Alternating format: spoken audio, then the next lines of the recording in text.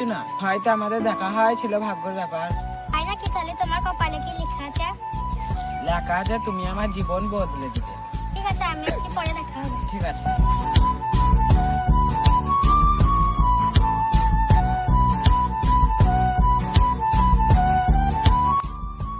তুমি কেমন ছেলে বলো তো? আর সাথে মিশো না, অথচ সবারই কাছে ভালো।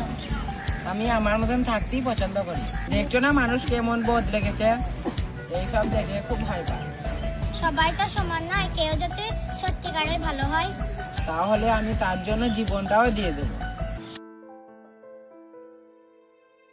না দাদা, এখানে কি হলো আব্বা, কিছু বলবে?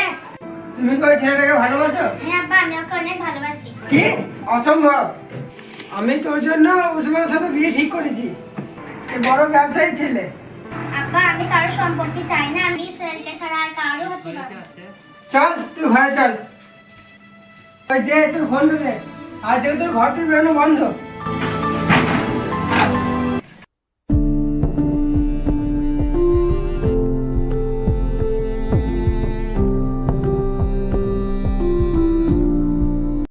কি রে, তুই তো টেনশন করছিস কেন?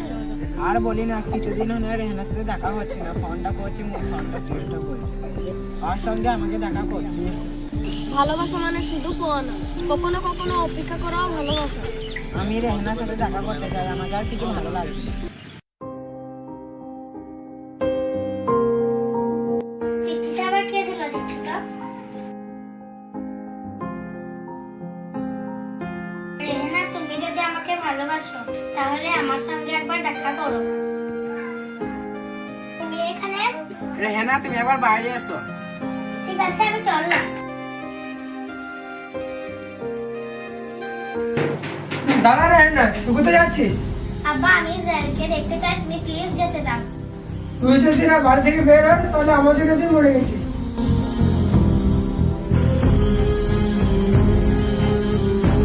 আব্বা, তাই তুমি বলছি, আয়, কোথায় নিয়ে তো? যাচ্ছ? প্লিজ ছেড়ে দাও। তুমি আমাকে কোথায় নিয়ে যাচ্ছ? প্লিজ ছেড়ে দাও। তো আজকেই তোর বিয়ে দেবো।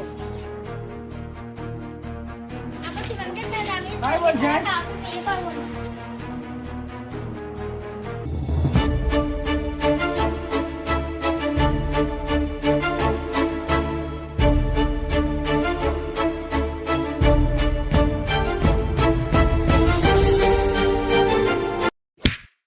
রেহানা!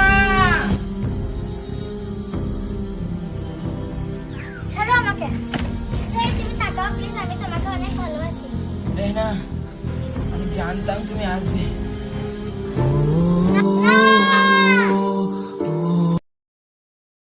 ইসরায়েল, আমি তোমার কবরের সামনে দাঁড়িয়ে প্রতিজ্ঞা করছি, জীবনে যখন তোমাকে পাইনি আমিও আর কাউরে হব না।